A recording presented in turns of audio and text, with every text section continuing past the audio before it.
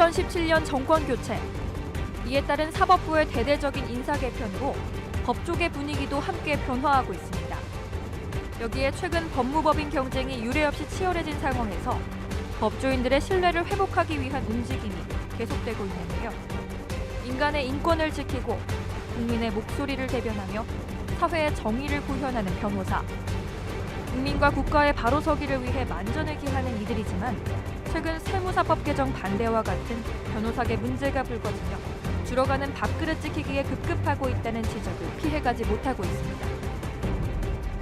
우리 사회에 만연한 부조리와 정치 경제계의 정의 구현에 앞장서는 변호사들의 역할이 다시 한번 재조명받고 있는 상황.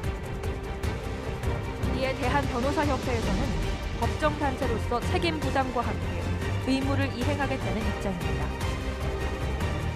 오늘 서정희의 경제펀치에서는 대한변호사협회 김현흑 회장을 만나 변호사의 현재와 미래를 진단하고 법정단체로서의 계획에 대해 속 시원한 한방 날려봅니다.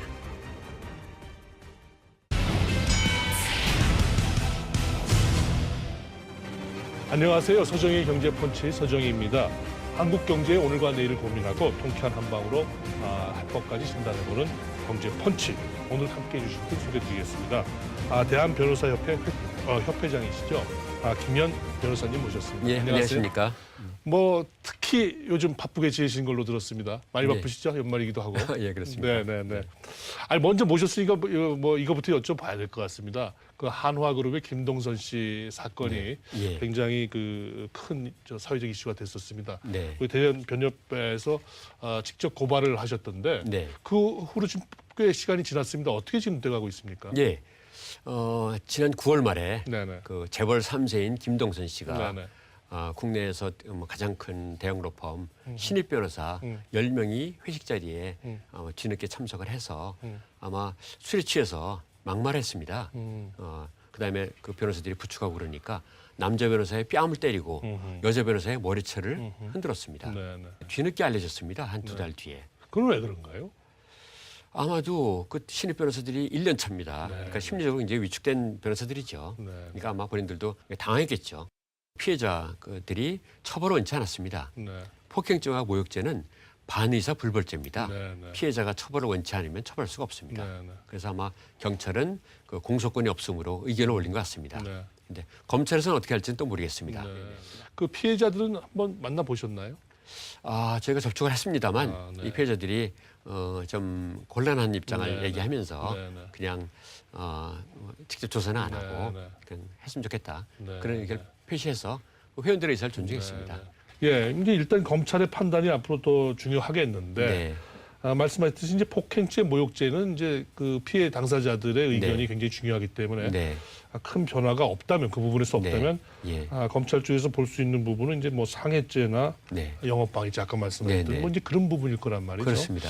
제가 늘상 안타깝게 생각한 거는 우리나라에서는 화이트 칼라 범죄 처벌이 너무 가볍습니다. 예를 들어서 개인이 어떤 절도, 사기 횡령하면 징역형 많이 받거든요. 근데 재벌 총수가 뭐 재벌 임원이 그런 거 하면은 집행유예가 늘상 나와요. 그래서 왜 똑같은데 똑같으면 이렇게 하느냐. 그게 다 변호사들의 눈부신 활약에 의해서 어떻게 된 거 아닌가요? 저는 꼭 그렇게 생각하지 않고요. 최근에 또 그거를 시정하려는 법원의 노력이 있습니다. 요즘 재벌 총수를 구속하면 무슨 회사가 마비된다, 뭐 수출이 안 된다 이런 얘기 있지만 그건 사실 아니고요. 지금 수감된 재벌 총수 기업 잘 되고 있거든요. 이제 기업 경영은 시스템으로 가지 개인으로 가지 않습니다. 사실 이제 이 자기의 고객, 클라이언트라고 이제 부르는 것 같은데 와의 관계 문제이기 때문에 사실 그 윤리적인 문제라든지 뭐 여러 가지 측면에서 참 생각할 부분이 많은 것 같아요. 그렇습니다. 그 부분은 참 거론하기가 쉽지 않은 것 같고요. 근데 아무튼 왜 이런 일이 자꾸 재발한다고 보십니까? 대한항공 사건도 있었고요.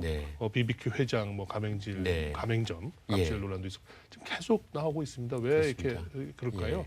저는 두 가지로 봅니다. 하나는 개인적인 원인. 재벌 2세와 3세들은 그 창업자와 틀려서 창업자들은 고생도 하고 경쟁도 하고 때로는 협력도 하면서 어렵게 창업을 했습니다. 그 사람들은 주위 사람들이 소중하다는 걸 알죠. 근데 2세와 3세는 오로지 그 세습을 위해서 그런 교육만 받았습니다. 그래서 기본적인 합리적인 사고방식, 타인을 배려하는 마음, 이런 윤리의식 이런 게 좀 부족한 경우가 많습니다. 네, 네. 물론 좋은 교육을 받아서 훌륭한 23세 많죠. 그렇지만 좀 일타령이를 일삼는 이런 사람들은 네. 좀 일종의 좀 그 자기가 가진 그 지위를 권력으로 생각합니다. 네, 네. 그리고 다른 사람들을 인격으로 생각하지 않고 수단으로 생각합니다. 그렇게 되면은 그 사람들을 소중하게 생각하지 않죠. 네, 네. 그리고 자기 주식회사를 사유물로 그리고 직원을 노예로 이렇게 생각하는 후진적인 사고방식을 네. 갖는 경우도 많습니다. 네, 네. 또 두 번째 원인은 그 슈퍼갑이 네. 출현이죠. 과거에 90년대에는 국가가 슈퍼갑이었지만 지금은 대기업, 재벌이 슈퍼갑이죠. 네, 네. 이분들이 갑을 관계를 좀 왜곡시켜서 네. 자기가 좀 우월한 경제적 지위를 갖고 있다는 이유로 다른 사람에게 함부로 하고 네. 부당한 그 뭐 계약을 강요하고 심지어는 폭행을 하고 이런 일이 상당히 많습니다. 어떻게 보면 그 기본적으로 교양이 있고 성숙한 인품 이런 걸 갖춰야 되는데 네. 그런 걸 못 가진 경영자들이 네. 참으로 많죠.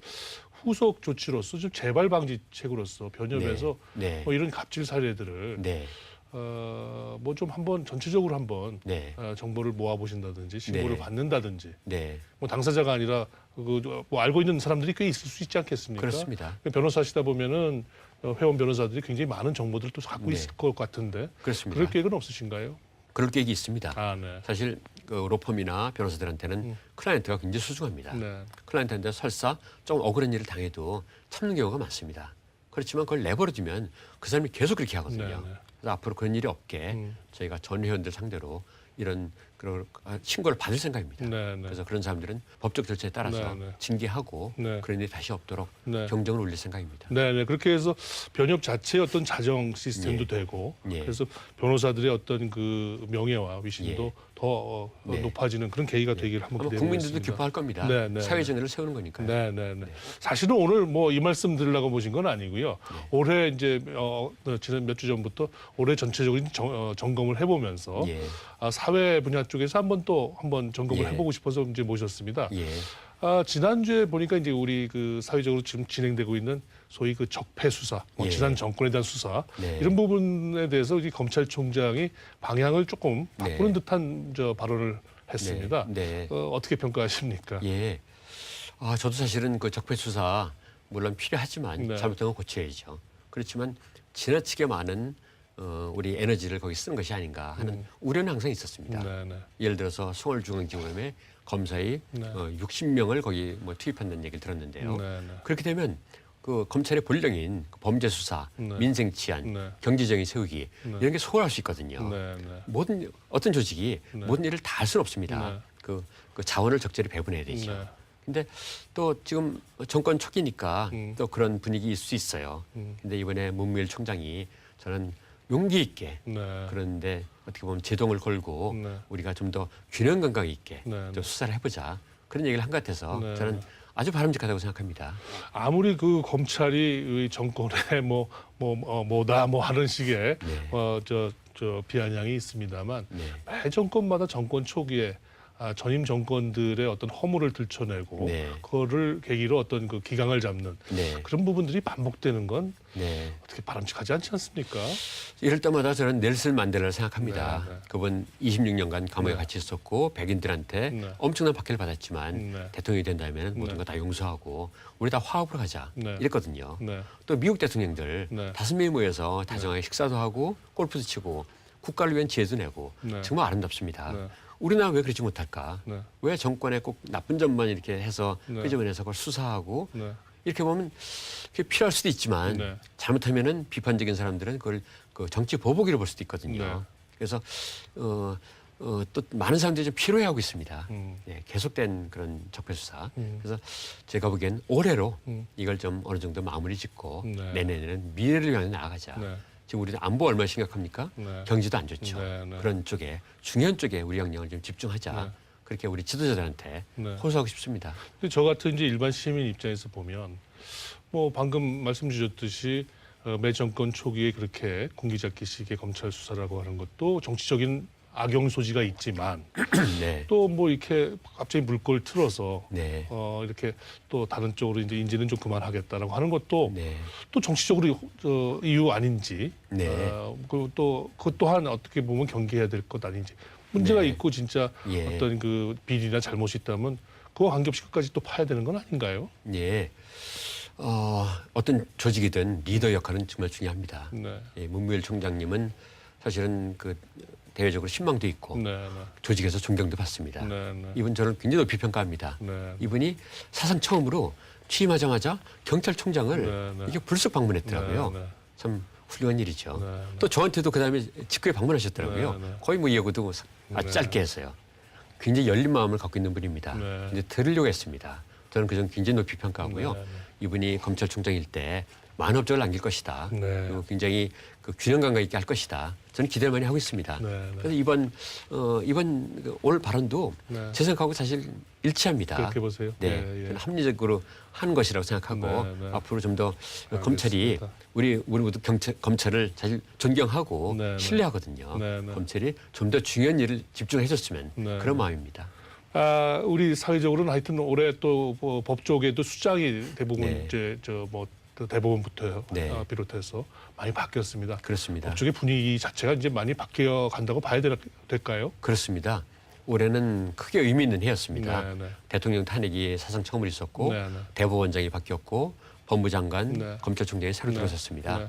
대법관 세 분이 바뀌었고 네. 또 헌법재판관도 네. 두 분이 더 바뀌었죠. 네. 그래서 엄청난 변화입니다. 네. 그래서 아마도 대법원 같은 경우는 그동안 어떻게 보면 그동안 서울대 출신의 50대 남성으로 중심 구성된 그 구조가 그 본질적으로 변할 것 같고요. 네. 그리고 또 그동안 다소 보수적이라고 평가받던 그런 그 지형도 또 진보 쪽으로 많이 갈 것 같고요. 네, 네. 또 헌법재판소도 마찬가지고요. 그래서 네. 저희 대한변협도 거기 발맞춰서 많은 준비를 하고 있습니다. 네. 저희가 생각하는 것은 법치주의입니다. 네. 법에 의해서 법 원칙에 따라서 네. 이루어지는 사회가 바람직한 사회고 정의로운 네. 사회입니다. 네. 모든 것을 예측할 수 있어야 되죠. 네. 네. 그래서 저희들이 추진한 일이 그 기업에는 준법 경영, 네. 뭐 준법진을 도입해서 또 행정에는 법치행정, 뭐 법무담당을 도입해서 네, 네. 그다음에 국민들을 위한 징벌적 손해배상. 예를 들어서 억울하게 피해받은 사람들이 네. 정당한 피해를 받는 또 인지대 감액, 소송 인지대가 너무 비싸서 국민의 재판받을 권리가 침해되고 있거든요. 네, 네. 그런 것들, 국민을 위한 일들을 많이 네. 벌이고 있습니다. 네. 그런 한편 또 법원과 검찰에 대한 견제도 중요합니다. 저희가 법관 평가 네. 계속 냉정하게 해서 네. 그 법관들이 좀 더 좋은 재판하도록 네. 또 검사들 평가에서 검사들이 피의자와 피고인의 인권을 침해하지 않도록 그렇게 저희가 냉철하게 감시할 생각입니다. 저희 프로그램 입장에서는 또 특히 법조의 어떤 개편을 둘러싸고 네. 앞으로 이 경제 쪽 예. 판례나 소송이 어떻게 될까 더 관심이 많습니다. 그렇죠. 예컨대 최근에 뭐 파리바게트 관련된 네. 이슈라든지 네. 뭐 최저임금 이슈라든지 네. 지금 법원 쪽으로 이제 가 있는 이슈들이 많이 있습니다. 그렇습니다. 근데 정권이 바뀌었지만 이런 경제적인 이슈들은 예. 사실 정권과 관계없이 굉장히 오랜 시일을 두고 사람들의 어떤 문화와 생활이 다 바뀌어가는 과정 아니겠습니까? 그렇습니다. 참 쉽지 않은 부분인데 네. 소송 판례들이 뭔가 빠르게 바뀌어가는 듯한 느낌을 줍니다. 어떻게 보고 계십니까? 네. 대법원이 굉장히 중요합니다. 네. 미국에서도 보면 알지만 큰 그 정책 방향, 네, 국민들의 생활에 네, 직접적인 영향을 미치는 것이 네. 대법원 판례입니다. 네. 그동안 무슨 최저임금 문제라든가 네. 이런 고용 문제라든가 네. 이런 거 대법원 판례들이 있었거든요. 네. 그것들이 서서히 변화해가는 네. 그런 분위기를 느낍니다. 네. 아마 대법관 구성이 크게 달려있겠죠. 네. 그런 측면에서 오히려 대통령 임기와 무관하게 네. 이 대법관이라든지 네. 이 뭐 헌법재판소라든지 이런 경우는 아예 그냥 임기를 대폭 늘려서 네. 네. 정권 교체와 관계없이 아. 이렇게 하는 방안에 대해서는 대한변협은 의견이 있으신가요? 기본 원칙은 그 행정부와 사법부는 분리돼야 됩니다. 네. 그리고 사법부 독립의 원칙은 반드시 지켜져야 됩니다. 네. 옛날에 그 루즈벨트 대통령이 뉴딜 정책했는데 네. 대법원에서 그걸 위헌 판결했죠. 네. 그래서 결국 뭐 대통령 불만이었지만 네. 결과는 괜찮았거든요. 네, 네. 항상 아무리 올바른 정책이라도 그거를 예. 제동을 걸고 네. 비판하는 목소리 있어야 됩니다. 네, 네. 그 역할을 하는 것이 사법부죠. 네, 네. 그리고 또 이런 면도 있습니다. 어떤 신임 정권이 어떤 네. 정책을 추진할 때 네. 법원이 사사건건 그 제동을 걸면 네. 제대로 할 수 없는 면도 있죠. 네, 네. 또 그런 면에서 신임 대통령이 네. 신임 대법관 자기가 생각을 같은 예, 예. 사라이 같은 대법관을 네. 임명해서 또 법원이 또 그런 방향을 하는 거 또 네. 필요한 면도 있습니다. 네. 그래서 두 측면이 다 있어서 네. 그거야말로 절제와 균형이죠. 네, 네. 그걸 대법원이 잘 해줄 거라고. 율사들은 네. 법에 의해서 판단합니까? 아니면 그 여론도 의식을 하는 것이 현실적으로 불가피하다고 보십니까? 네, 기본적으로 법률과 양심에 따라서 판단합니다. 네. 그렇지만 국민의 목소리, 민심을 도외시할 수는 없습니다.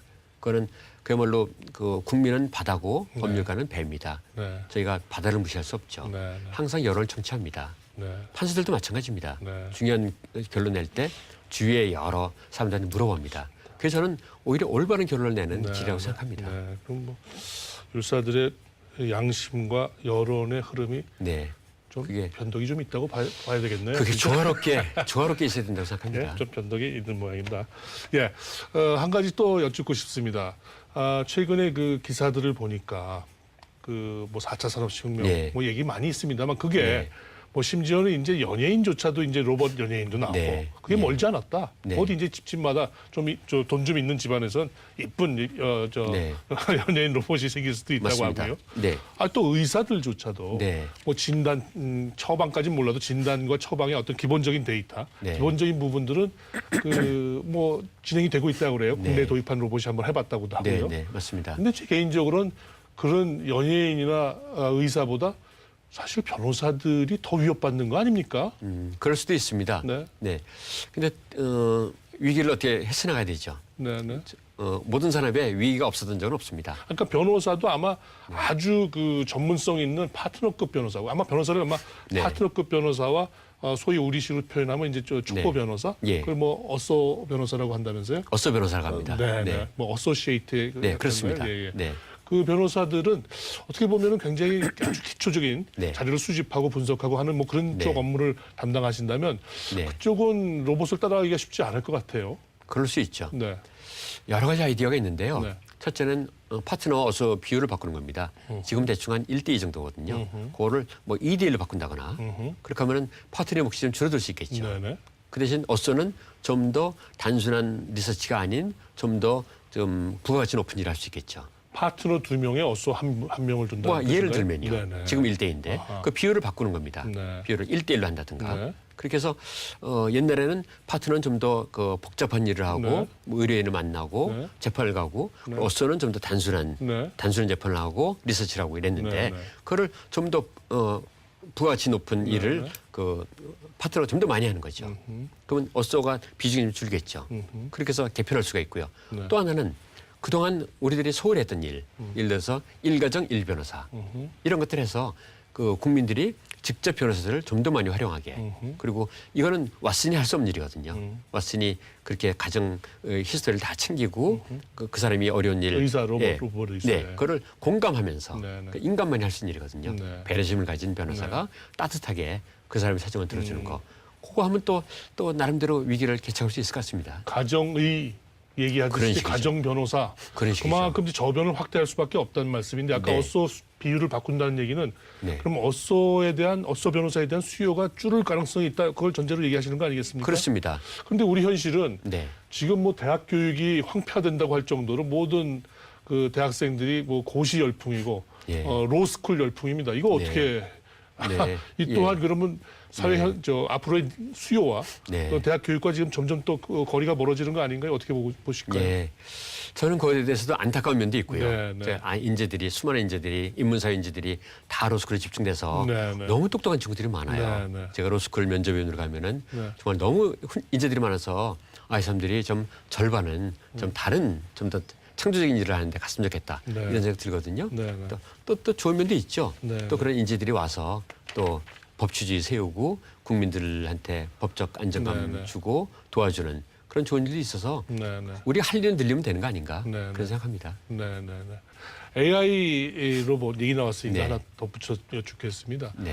이 정부도 지금 고민이 많아요. 4차 산업혁명이다, 네. 뭐 일자리다, 뭐 벤처, 중소기업 이렇게 하는데 그렇죠. 아마 변협 입장에서도 함께 같이 고민해야 될 부분이 있을 것 같아요. 그렇습니다. 뭔가 어떤 거 계획하시거나 이미 네. 좀 진행하고 계신 게 있나요? 있습니다. 네, 네. 최근에 대한변협은 스타트업 규제혁신 특별위원회를 네, 만들었습니다. 스타트업들이 마음껏 아이디어를 발휘하고 새로운 영역에 진출해서 예, 예. 우리나라 국부 창출하게 그런 걸 저희가 돕는 겁니다. 네. 법률 지원해주고 규제가 있으면 규제를 획파하는 걸 저희가 돕습니다. 네. 최근에 카풀 앱이 생겼습니다. 네, 네. 그 출퇴근 시간에 카풀해서 국민한테 도움되는 그런 제도인데요. 근데 국토교통부와 기존 택시업자들이 엄청 반대를 해서 아주 공격에 처했습니다. 네. 그래서 저희들이 성명도 내고 국토교통부에 제안도 하고 돕고 있습니다. 네, 네. 앞으로 우리나라 살 길은 그런 소프트한 네. 그런 스타트업이라고 생각합니다. 앞으로 대한변협이 또 이런 예, 또 예. 새로운 분야에서도 네. 그 적극 협조하고 네. 법률 지원할 생각입니다. 네, 네, 네. 오늘 뭐 조목조목 나름 올해 벌어진 일을 중심으로 이 변호사 업계 또는 네. 또 우리 사회 적폐 수사 또 갑질 문화 이 네. 부분에 대해서 살펴봤는데 우리 김 변호사님 앞으로도 대한변협 잘 이끌어 주시고 네. 사회 정의를 분명히 지켜주시기 바라겠습니다. 예, 그렇게 하겠습니다. 감사합니다. 4차 산업혁명. 기술 발전은 변호사라는 직업의 존속까지 위협하는 수준에 이르렀습니다. 국가의 정의와 국민의 인권, 사회 중심을 잡아주는 법률. 이 법률의 심판이 사람이 아닌 인공지능에 달린 미래가 다가오고 있는데요. 이에 맞서 법조인들도 더욱 다양한 분야에 진출하고 1인 1가정 변호사라는 슬로건을 내거는 등 변화에 발맞춰야 할 때입니다. 다시 말해 단지 영위하는 데 목적을 두는 것이 아닌 사회 전반에 걸친 저변을 넓히기 위한 고뇌가 필요합니다. 시대적 변화에 따른 법조계의 혁신, 그 미래를 기대해 보겠습니다.